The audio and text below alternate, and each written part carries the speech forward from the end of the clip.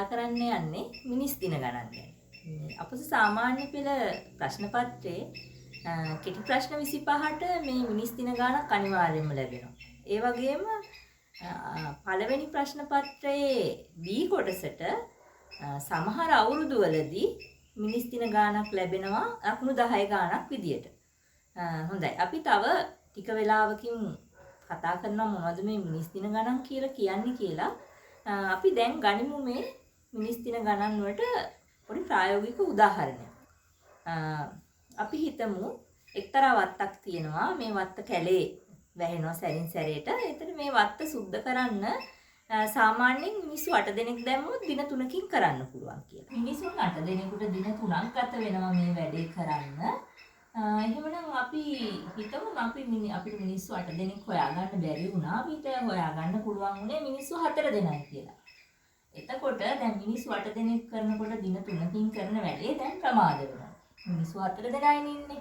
ඒ කියන්නේ මේ වැඩේ දෙගුණකින් ප්‍රමාද වෙනවා. ඒ කියන්නේ මිනිස්සු දින ගණන අපිට 4 දෙනෙක් දැම්මොත් 6ක් වෙනවා. මිනිස්සු 4 දෙනාට දින 6ක් ගත වෙනවා මේ වැඩේ කරන්න. අපි හිතමු අපි මේක මිනිස්සු ගන්න අපි තවත් අඩු කළා කියලා. මිනිස්සු දෙන්නක් නම් දැන් 4 දෙනෙක් කරපු දින ගණන තවත් වැඩි වෙනවා. දෙන්නෙකුට ගත වෙනවා දින 12ක්. ඊළඟට අපි හිතමු අපි එක මිනිහෙක් දැම්මා නම් මේ වැඩේ කරන්න. ඒ මිනිහට මේ වැඩේ කරන්න දින 24ක් ගත වෙනවා. එතකොට මෙතෙන්දී අපි මේ වැඩේ කරන්න එක් මිනිසෙකුට ගත වෙන දින ගණන අපිට පේනවා දින 24යි කියලා. මේකට අපි අර්ථ දැක්වීමක් කියනවා මෙන්න මෙහෙම. එක් මිනිසෙකුට යම්කිසි වැඩක් කිරීම සඳහා ගත වෙන දින ගණනට අපි කියනවා එම වැඩේ ප්‍රමාණය කියලා. ඒ ප්‍රමාණය අපි කියනවා මිනිස් දින 24යි කියලා. මිනිස් දින 24යි එහෙනම් මේ වැඩේ ප්‍රමාණය. එතන වැඩ ප්‍රමාණය මිනිස් දින 24යි. මේක වැඩ ප්‍රමාණය මනින ඒකකයක් මිනිස් දිනයක් කියලා කියන්නේ. ඒ වගේ 24ක් මේ වැඩේට තියෙනවා. එතකොට අපි බලමු දැන් අපි මේ අවස්ථා 4ක් ගත්තා. මේ අවස්ථා 4 අපි පළවෙනි අවස්ථාව අරන් බැලුවොත් මෙතන අපි මේ මිනිසුන් ගණනයි දින ගණනයි ගුණ කරමු 8 වරක් 3 24යි. අපිට මෙතෙන්දිත් ආවා අපිට කලින් ආපු මිනිස් දින ගණන. ඊළඟට අපි දෙවෙනි අවස්ථාව ගුණ කළ බලමු 4 වරක් 6. එතනිනුත් අපිට එනවා මෙතන ආපු මිනිස් දින 24. ඒ වගේම අපි තුන්වෙනි අවස්ථාව ගත්තොත් මිනිසුන් දෙන්නයි දින 12යි දෙවරක් 12නුත් අපිට එන්නේ මිනිස් දින 24යි. එහෙනම් අපිට පේනවා අපිට මේ යම්කිසි කාර්යයක් යම්කිසි වැඩක ප්‍රමාණය මැනගන්න ඕන වුණාම අපිට ඒ වැඩේ කරන්න අවශ්‍ය වෙන මිනිසුන් ගණනයි ඒ වැඩේට ගත වෙන දින ගණනයි ගුණ කරාම ඒ වැඩේ ප්‍රමාණය මිනිස් දින වලින් ලැබෙනවා කියලා. එතකොට අපි දැන් මේ මිනිසුන් ගණන කියලා කියනවා මිනිසුන් ගණන කියන දේ අපිට සංඛ්‍යාවකින් කියන්න පුළුවන්. අපි මිනිසුන් ගණන 8යි කියලා තියෙනවා 4යි කියලා තියෙනවා. ඒ විදිහට අපිට සංඛ්‍යාවකින් මිනිසුන් ගණන කියන එක දෙන්න පුළුවන්. මේ වගේ සංඛ්‍යාවකින් දෙන්න පුළුවන් දෙයකට අපි කියනවා රාශියක් කියලා. එතකොට එහෙනම් මිනිසුන් ගණන කියන්නේ රාශියක්. ඒ වගේම දින ගණන කියන්නේ රාශියක්. එතකොට දැන් මෙතන මේ වගේ රාශි දෙකක් අතර තියෙන සම්බන්ධතාවයක් අපි හඳුන්වනවා සමානුපාතයක් කියලා.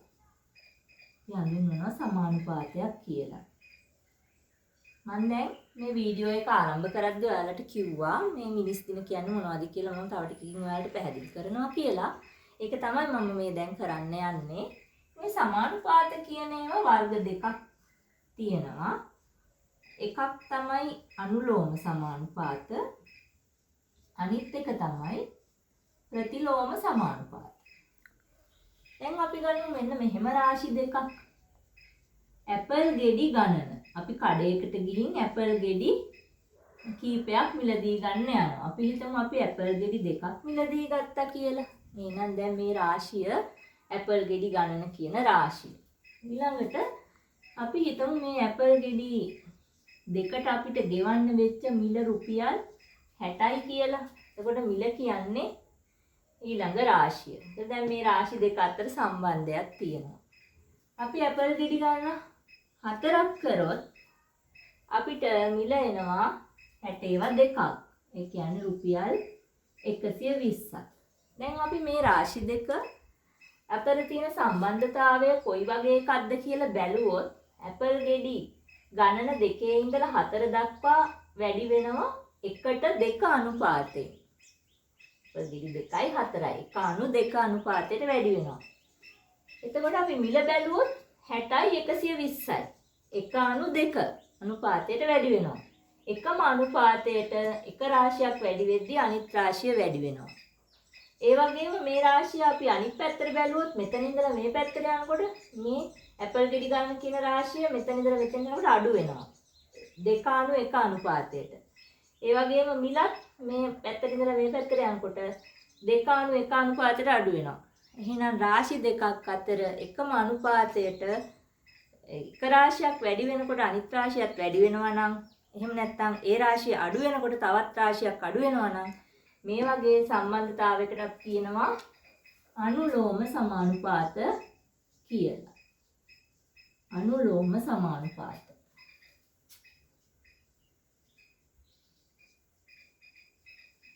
ඊළඟට අපි කලින් අරගත්තු රාශි දෙක දිහා අපි දැන් ආයෙත් බලමු. මිනිසුන් ගණන දින ගණන. දැන් අපි මිනිසුන් ගණන මෙතනදී අඩු කළා. මිනිසුන් ගණන අඩු කළාම අපිට පේනවා දින ගණන වැඩි වෙනවා. එතකොට මේක එක රාශියක් වැඩි වෙද්දි අඩු වෙද්දි අනිත් රාශිය වැඩි වෙනවා. එතකොට මෙතන අනුපාතය අපි බැලුවොත් 2:1යි අඩු වෙනවා. මෙතන අනුපාතයක් බැලුවොත් 1:2යි වැඩි වෙනවා. එතකොට මේ අනුපාතයේ පැත්ත මාරු කරොත් සමාන වෙනවා 1:2 2:1. එතකොට එහෙනම් මේ විදියට එකක් අඩු වෙද්දී එකක් වැඩි වෙනවා නම් ඒ වගේ සම්බන්ධතාවයකට අපි කියනවා ප්‍රතිලෝම සමානුපාතයක් කියලා. මේ වගේම ප්‍රතිලෝම සම්බන්ධතාවයක් තියෙන තව රාශි දෙකක් අපි බලමු. එක්තරා නිශ්චිත දුරක් ගමන් කරන්න යම්කිසි වාහනයකින් අපි යම් වේගයකින් යනවා. ඒ වේගය අනුව අපිට ගත වෙන කාලය, මේ නිශ්චිත දුර ගමන් කිරීමට ගත වෙන කාලය. එතකොට මේ රාශි දෙක වේගය සහ කාලය, මේ රාශි දෙක අතරත් අපිට දකින්න පුළුවන් ප්‍රතිලෝම සම්බන්ධතාවයක්. බලමු අපි. මෙතන අපි හිතමු අපි යම්කිසි නගර දෙකක් අතර ගමන් කරන්න යනවා. පැය කිලෝමීටර් 60ක වේගයකින්. අපිට ඒ දුර යන්න පැය දෙකක කාලයක් ගත වෙනවා කියලා අපි හිතමු. අපි මේ වේගය 60 කිලෝමීටර් 30ක වේගයෙන් යන්න අදහස් කරා. එතකොට අපිට පේනවා මේ වේගය අඩු කළා අපි. වේගය අඩු කරා නම් අපි අඩු වේගයකින් යනවා නම් අපිට වැඩි කාලයක් ගත වෙනවා. එහෙනම් මෙතන අපිට අර වගේ දෙගුණයක් කාලය ගත වෙනවා. අපි භාගයකට වේගය අඩු කරානේ. එහෙම පැය 4ක් යනවා. ඊළඟට අපි මේක තවත් අඩු කෙරුවොත් පැයට කිලෝමීටර් 15ක වේගයකින් යන්න අපි අදහස් කරොත් අපිට තවත් මේ කාලය වැඩි වෙනවා, දෙගුණයක් වෙනවා. මෙතන පැය 8ක් වෙනවා. එතකොට අපිට පේනවා මෙතනත් ප්‍රතිලෝම සම්බන්ධතාවයක් තියෙනවා. වේගය අඩු වෙනකොට කාලය වැඩි වෙනවා. අපි කලින් දැක්ක අර මිනිස්සුන් සහ දින ගණන කියන උදාහරණයේදී ඒ රාශි දෙක ගුණ කරාම අපිට හැම අවස්ථාවකම එකම අගයක් ලැබුණේ. අපි මිනිස් දින ගණන කියලා ඒ අවස්ථාවේදී ඒ අගයට කිව්වා. මේ සෑම ප්‍රතිලෝම සම්බන්ධතා දෙකක් අතරම ඔය මේ සම්බන්ධතාවය අපිට දකින්න පුළුවන්. අපි මේ දෙක ගුණ කරලා බලමු. 60 ගුණ කිරීම 2 අපිට ලැබෙනවා 120ක්. 30 ගුණ කිරීම 4 එතනත් අපිට ලැබෙනවා 120ක්. 15 ගුණ කිරීම 8 අපිට එතනත් ලැබෙනවා 120ක්. මේ විදිහට ප්‍රතිලෝම සමානුපාතයක් ඇති රාශීන් දෙකක් අතර මෙන්න මේ විදිහට ඒ රාශි දෙක ගුණ කිරීමෙන් එකම අගයක් ලැබීම කියන සම්බන්ධතාවය අපිට දකින්න පුළුවන්. තවත් උදාහරණයක් මම ඔයාලට කියන්නම් ප්‍රතිලෝම සම්බන්ධතාවයක් තියෙන එකම ඍජු කෝණාශ්‍රයක දිග සහ පළල අපිට වෙනස් කරන්න පුළුවන්. ඒක දිග සහ පළල වෙනස් කළත් අපිට දිග පළල ගුණ කිරීමෙන් ලැබෙන්නේ එකම වර්ගඵලය වෙන්න ඕනේ. ඒ වගේම දිග අඩු කරනකොට අනිත් පැත්තෙන් පළල වැඩි වෙනවා. ඒ විදිහට අපිට ප්‍රතිලෝම සම්බන්ධතාව දක්වන තවත් රාශීන් ඔයාලට සොයා ගන්න පුළුවන්. හොඳයි අපි ඊළඟට බලමු මිනිස් දින ගණන් කීපයක් හදන්න. හොඳයි අපි පළවෙනි ගාන බලමු. එක්තරා වැඩක් නිම කිරීමට මිනිසුන් 5 දෙනෙකුට දින 8ක් ගත වේ නම් මිනිසුන් 4 දෙනෙකුට දින කීයක් ගත වේද කියලා අපෙන් ප්‍රශ්නය අහනවා. එතකොට අපි රාශි දෙක මිනිසුන් ගණන සහ දින ගණන එතකොට අපිට කියන්නේ මිනිසුන් 5 දෙනෙකුට දින 8ක් ගත වෙනවා කියලා. ඊළඟට මිනිසුන් 4 දෙනෙකුට දින කීයක් ගත වෙනවද කියලා තමයි අහන්නේ. අපි දැන් ගතවන දින ගණන x කියලා ගනිමු. ඊට අපි දැක්ක දැන් මේ හැම අවස්ථාවකම මේ මිනිසුන් ගන්න දින ගණනින් ගුණ කරාම ලැබෙන නියත අගයක් කියලා. එහෙනම් අපි දැනගත්තු දේ අපිට මෙතන ගාන හදන්න පාවිච්චි කරන්න පුළුවන්. එහෙනම් අපි මෙන්න මෙහෙම සමීකරණයක් දැන් ලියනවා. 4x ගෙන් ගුණ කරාම ලැබෙන අගය සමාන වෙන්න ඕන 5 8න් ගුණ කරාම ලැබෙන අගයට. දැන් ඉතින් අපිට පුළුවන් මෙතනින් x හොයාගන්න. අපි කරන්න ඕන මේ 4න් බෙදලා මෙන්න මේ 4 නැති කරගන්න එක. එහෙනම් අපි දෙපැත්තම 4න් බෙදනවා. එතකොට මෙතන 4ට 4 කැපිලා x සමානයි 4 වරක් 2 8යි. එතකොට අපිට 5 වරක් 2 10යි කියලා ලැබෙනවා. ඒ කියන්නේ මිනිසුන් 4 දෙනෙකුට ගතවන දින ගණන 10යි. දැන් දෙවෙනි ගාන යම් කාර්යයක් නිම කිරීමට මිනිසුන් 8 දෙනෙකුට දින 9ක් ගත වේ. වැඩේ ආරම්භ කර දින 3කට පසුව මිනිසුන් 2 දෙනෙක් වැඩට නොපැමිණියහ. ඉතිරි වැඩ කොටස අවසන් කිරීම සඳහා වැඩිපුර දින කීයක් ගත වේද? දැන් මේ ගානේදී අපිට පේනවා මේ කාර්ය කරගෙන යන අතරතුරේදී බාධකයක් මතුවලා තියෙනවා. ඒ තමයි මිනිසු දෙන්නේ වැඩට පැමිණලා නැහැ අතරමඟදී. දැන් එහෙනම් අපි මෙන්න මේ බාධකේ ආපු තැන දක්වා මෙන්න මේ දේවල් හොයන්න ඕන. ඉස්සර වෙලා අපි හොයන්න ඕන මුළු වැඩ ප්‍රමාණය. ඉස්සර වෙලාම අපි මුළු වැඩ ප්‍රමාණය හොයා ගන්නවා. ඊළඟට අපි හොයා ගන්න ඕන මේ බාධකය ආපු අවස්ථාව දක්වා කළ වැඩ ප්‍රමාණය. ඊට පස්සේ අපි හොයා ගන්න ඕන මේ බාධකයෙන් පසුව ඉතිරි වුණු වැඩ ප්‍රමාණය. එහෙනම් ඔය තුන හොයාගත්තොත් අපිට මෙන්න මේ ගාන හදන්න පුළුවන්. දැන් අපි බලමු එහෙනම් කරන්න නියමිතව තිබුණු මුළු වැඩ ප්‍රමාණය කොච්චරයිද කියලා. මිනිසුන් 8 දෙනයි දින 9යි. එහෙනම් 8 ගුණ කිරීම 9. මිනිස් දින 72යි. කරන්න නියමිතව තිබුණු මුළු වැඩ ප්‍රමාණය. ඊළඟට මේගොල්ලෝ බාධකය මතුවෙන්න කලින් කරපු වැඩ ප්‍රමාණය තමයි අපි හොයාගන්න ඕන. එතකොට මේගොල්ලෝ දින 3ක් වැඩ කරා. දින 3කට පස්සේනේ මේ බාධකය ඇවිල්ලා තියෙන්නේ. එහෙනම් දින 3ක් වැඩ කරා මිනිස්සු කී දෙනෙක්ද? මිනිස්සු 8 දෙනෙක්. එහෙනම් අපි 8 වරක් 3ෙන් හොයාගන්නවා බාධකය මතුවෙන තැන දක්වා කළ වැඩ ප්‍රමාණය. එතකොට එනවා මිනිස් දින 24ක්. දැන් අපි බලන්න ඕන මේ බාධකයෙන් පස්සේ මේක ඉතිරි වෙච්ච වැඩ ප්‍රමාණය කීයද කියලා. මොකද අපිට බාධකයෙන් පස්සේ වෙච්ච දේ ගැන තමයි අපෙන් ප්‍රශ්නේ අහන්නේ. එහෙනම් දැන් අපි નિયમિતව තිබුණු මුළු වැඩ ප්‍රමාණයෙන් මෙන්න මේ කළ වැඩ ප්‍රමාණය අඩු කරන්න ඕන. එහෙනම් අපි 72න් 24ක් අඩු කරනවා. 12න් 4ක් 8යි 6න් 2ක් 4යි. එතකොට අපිට එනවා මිනිස් දින 48ක්. දැන් ඊළඟට අපි බලමු ඉතිරි වැඩ කොටස අවසන් කිරීම සඳහා වැඩිපුර දින කීයක් ගත වේද? දැන් අපි ඉස්සර වෙලා බලමු දින කීයක් ගත වෙනවද කියලා වැඩිපුර කතාව අතහැරලා දැන් මිනිස්සු දෙන්නෙක් අඩු වුණානේ. මිනිස්සු දෙන්නෙක් අඩු වුණා නම් දැන් මිනිස්සු 8 දෙනාගෙන් 6 දෙනයි ඉන්නේ. එහෙනම් මිනිසුන් 6 දෙනයි දින ගණන දැන් අපි බලන්න ඕන දින ගණන කීයද කියලා. එහෙනම් අපි දින ගණන x කියලා ගන්නවා. දින ගණන x. එහෙනම් 6 ගුණ කිරීම x සමාන වෙන්න ඕන මෙන්න මේ ඉතිරි වැඩ ප්‍රමාණය වෙන 48ට. මිනිස් දින 48ක් හැදෙන්න ඕන මේ දෙන්න ගුණ කරාම. එහෙනම් අපි දැන් බෙදලා හොයාගමු මේ x කියන්නේ කීයද කියලා. අපි බෙදනවා මේක 6ෙන්. එතකොට අපි දෙනවා x සමානයි 8යි කියලා. ඒ කියන්නේ දින ගණන 8යි. මේ කාර්ය අවසන් කරන්න මේ ඉතුරු වෙච්ච ටික අවසන් කරන්න දින 8ක් යනවා. දැන් එහෙනම් අපිට අපෙන් අහන්නේ මේ ඉතිරි වැඩ කොටස අවසන් කිරීම සඳහා වැඩිපුර දින කීයක් ගත වෙනවද කියලා. නියමිතව තිබ්බ දින 9ක් නේ ගත වෙන්න. නියමිතව තිබුණු දින ගණන දින 9යි. දැන් ගත වූ දින ගණන අපි බලනවා. මෙතනින් මුලින් අපිට බාධකේ මතුවෙන කලින් දින 3ක් ගත වුණා. ඊට පස්සේ දෙන්නේ කයින් වෙලා ගියාට පස්සේ අපිට ආවා ඉතුරු ටික ඉවර කරන්න දින 8ක් ගියා කියලා. එතකොට 8යි 3යි අපිට දින 11ක් ගිහිල්ලා තියෙනවා. එහෙමනම් වැඩිපුර ගත වූ දින ගණන දැන් අපිට පේනවා.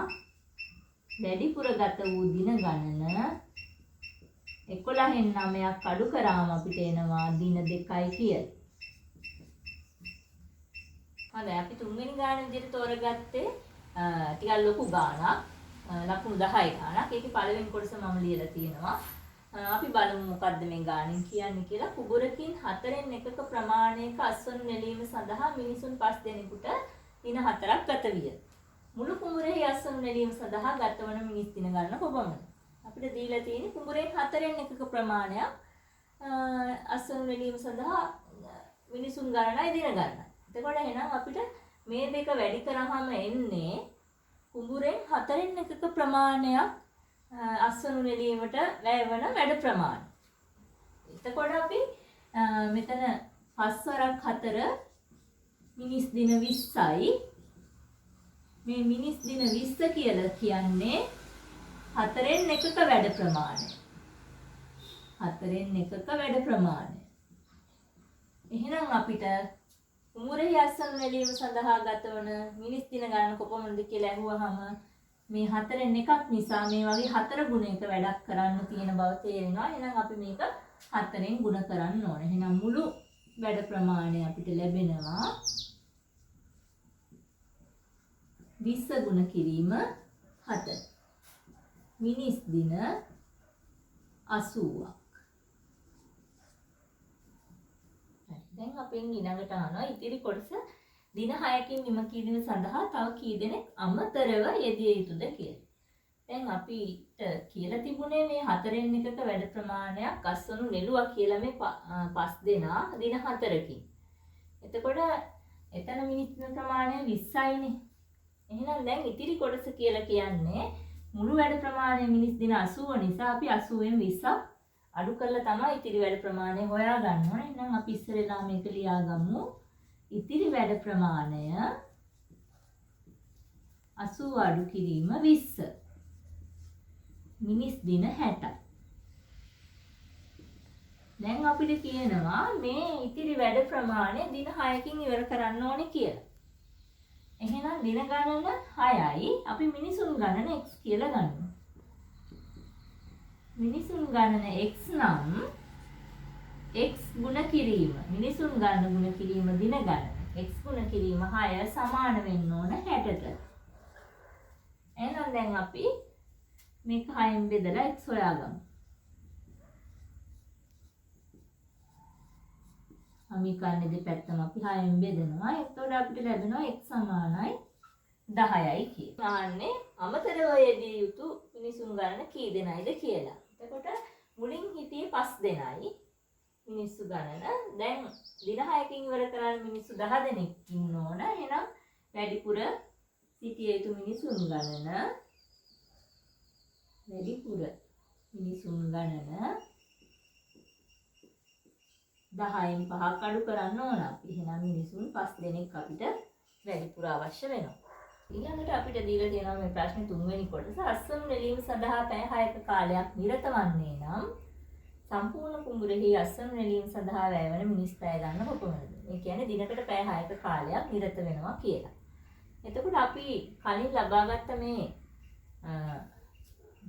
අස්වනු නෙලීම කියන වැඩේ මේ මුළු මිනිස් දින ගණන 80යි. මුළු වැඩ ප්‍රමාණය මිනිස් දින 80ක්.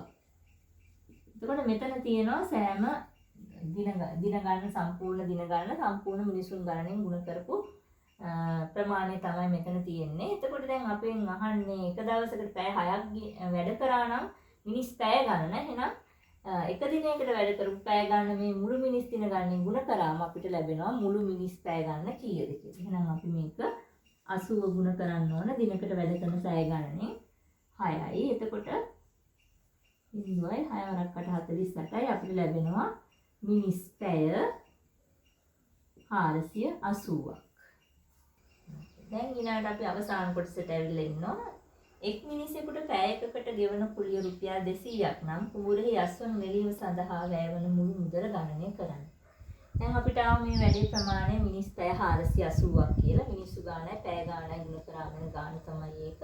අපි මුලින්ම අර්ථ දැක්වීම අනුව එහෙනම් අපිට කියන්න පුළුවන් එක මිනිසෙකුට මේ වැඩය නිම කිරීමට ගතවන පැය ගන්න තමයි මේ 480යි කියලා කියන්නේ. එහෙනම් අපි එක මිනිහෙකුට පැයකට රුපියල් 200ක් ගෙවනවා නම් අපි මේ පැය 480ට ගෙවන්න ඕන 200 ඒවා 480ක්. එහෙනම් අපි 480 200ෙන් ගුණ කරනවා. එතකොට අපිට ලැබෙනවා බිංදු දෙක අගට දාලා අපි දෙකෙන් ගුණ කරමු. දෙවරක් බිංදුව බිංදුවයි, දෙවරක් 8 16යි එකක් ඉතිරිය, දෙවරක් 4 8යි 1යි 9යි. එහෙනම් මේ සම්පූර්ණ දින ගණන වැඩ කිරීම සඳහා රුපියල් 96000ක් මේ මිනිස්සු සඳහා මේ කුඹුරේ අස්වැන්න නෙලීම සඳහා වැය වෙනවා. හොඳයි, ඒ විදිහට අපිට මේ වගේ නොයෙකුත් මිනිස් දින ගණන් ඔයාලා පහුගිය ප්‍රශ්න පත්‍ර වලින් හොයාගන්න පුළුවන්. ඒ ගණන් හදලා බලන්න කියලා ඉල්ලා සිටිනවා. අපි ඊළඟ දිනේදී නැවතත් තවත් පාඩමකින් හමු වෙමු. ආයුබෝවන්.